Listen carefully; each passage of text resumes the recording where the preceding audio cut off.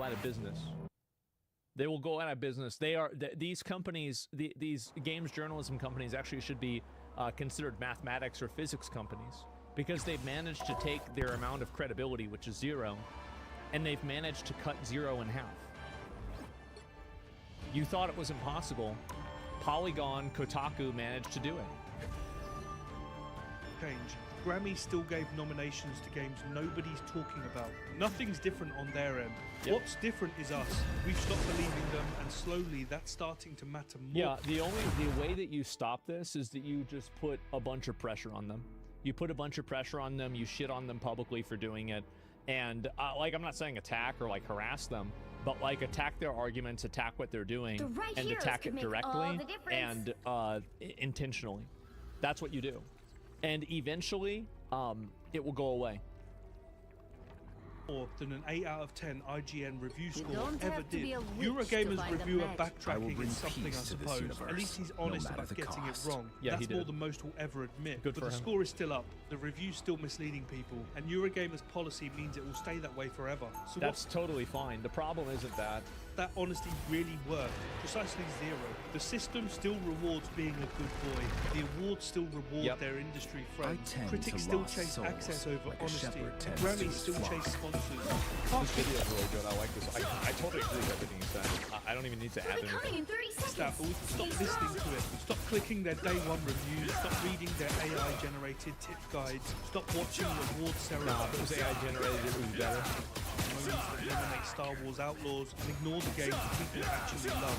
They don't deserve your attention, they don't represent us, they've spent years proving they don't care. Support the developers who are honest with you, the ones who deliver what they promise, the independent voices who don't need access or rewards to tell you the truth. People like me, hit subscribe. It's up to us to decide what's real and what's just smoke and mirrors design. Well, it's actually not up to any individual.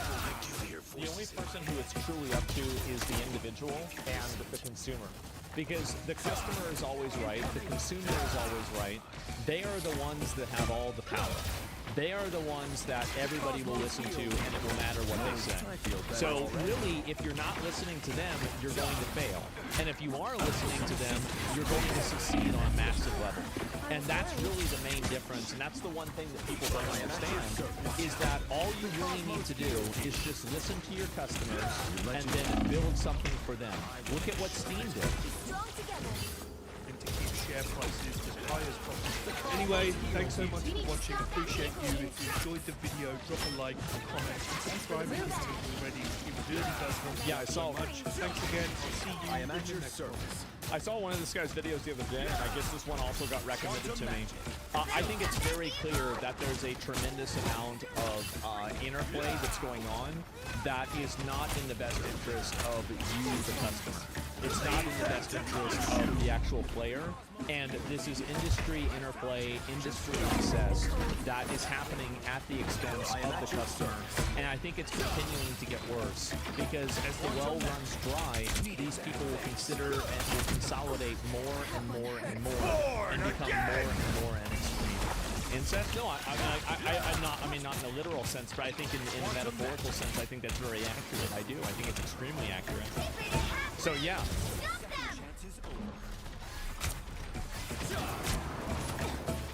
Maximum punch! Yeah, absolutely. Look at how many people sent for Hamas.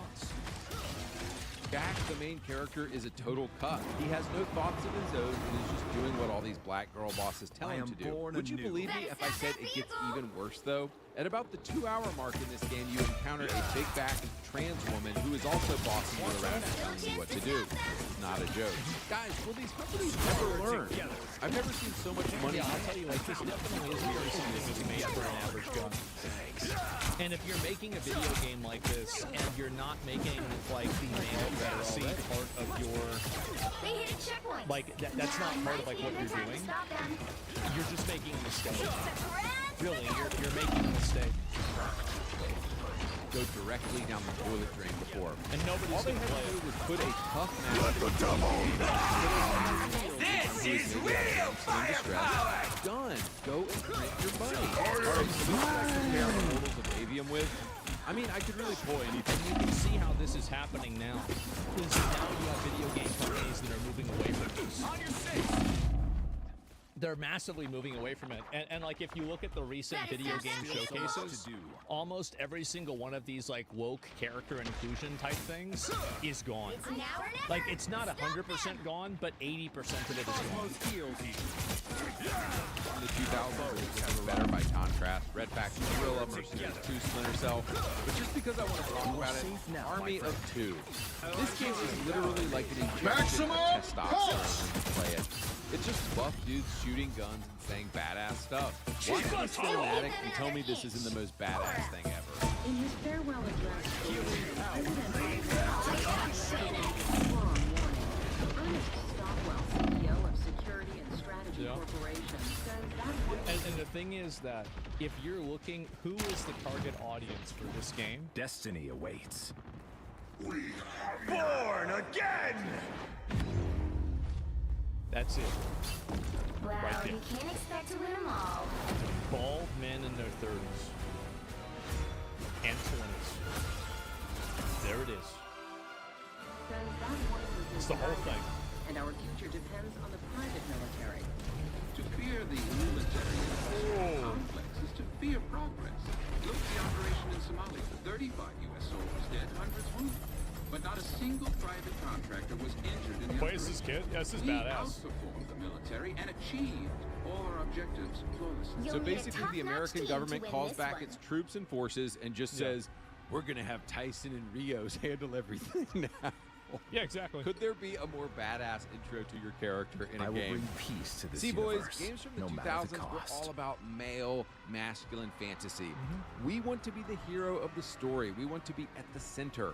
We want to save the women and the children and the damsels in distress. Yeah, I'm just gonna say it. Like, if you're making a military shooter game, you don't need to be thinking about how to attract girls to the game. You need to be thinking about how can I make it to where every single guy wants to play this game.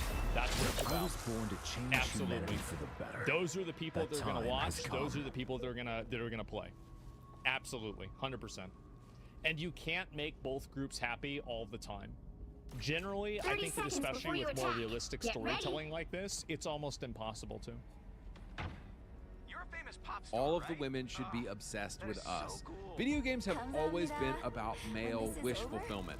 Xbox wonders why they had to lay off 9,000 people this year. It's because you quit making video games about male fantasy and you put a bunch of gay nonsense in your games. It's a simple. Like, I mean, I'm sorry, but The Gears battle of War starts and in Halo, 5, 4, 3, those are for guys. 2, 1. Those are guy games. Ready to Xbox capture the was the available guy area and console. extract some goodies? Abso-fucking-lutely. Let's go! What was that? But in closing here, I want to talk about the real reason for the pacification of video games, and it's a couple things. Number one, we let too many women into the video game industry. If you look at this chart here, women have been... Look. It's entirely agree with this, right? I mean, like, I think that women can write good stories and they can make good games too. But the problem is that when your hiring process is based on ideology, if you're hiring people through that, then you're going to have a problem. trending more and more liberal in America the past 20 years. And the big problem is that we have been hiring and allowing these liberal women into our hobbies. Although I love Last of Us, which came out in 2013, games like Last of Us and Life is Strange in 2014 started this whole movement of people talking about, quote, empathy in video games. Video games are no longer about male fantasy. They're, quote, art now. Games feel better already.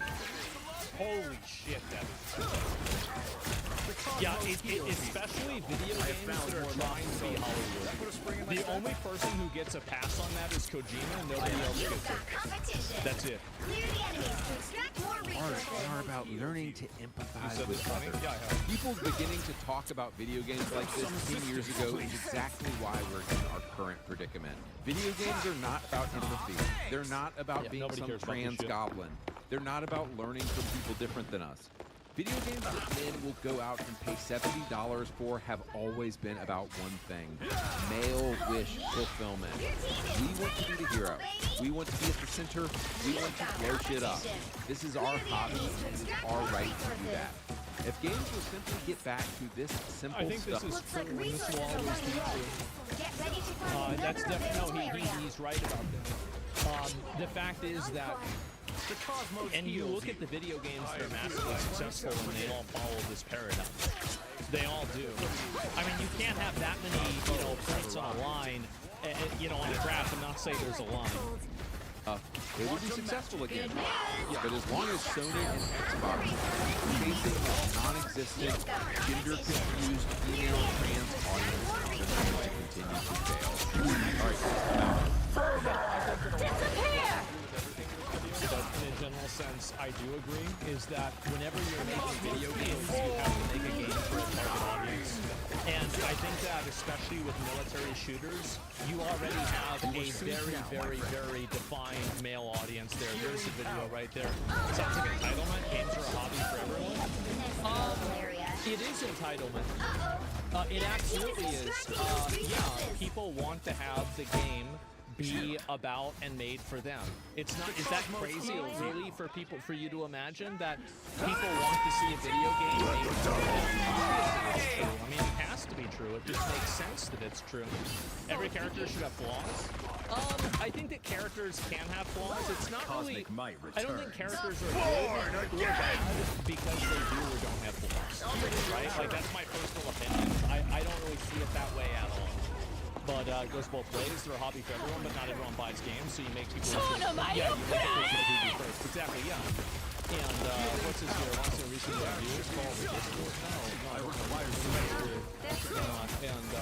No, it's weird. Anyway, imagine the woman reaction of Rambo is in Vampire Twilight. Yeah, just write good characters, LMAO. I don't think that you can just write good characters. Like, I think that, there's a degree of that, and it's important to do that. But to act like men and women are looking for the same thing as stories and that characters, and especially as protagonists to play as, I think that you're being delusional. I do. I think it's delusional. And also, like, writing a good male character is not the same as writing a good female character. And modern media's obsession with trying to make it seem like they're interchangeable, I think the only thing that they've done is that they've confused themselves. Entitlement, call it whatever you want. I want my money. You want my money, make the product I want. You're not an artist, if your artist for sale. Yeah, exactly, right? Then you can complain or like make fun of people for whatever reason. That's a good point. But at the end of the day, I think that the video games that fulfill the video games that fulfill stuff like this, I think will be very successful. And I think that also you have games that transcend any sort of like gendered storytelling, and I think that like Expedition 33 is a great example of that. So it's not like you have to do this every single time, but in a general sense, I think that it's very important, right? This video, if you're from Reddit, you might want to take a tampon. Yeah, there you go, right? And quite a few women that like guy things, but they also don't try to change what they already like. Well, and this is the problem, like I've said this before, like this is the thing that I criticized Blizzard for, is that in like Ragnarok, like they started making content and making the games, making WoW for people who don't like MMORPGs.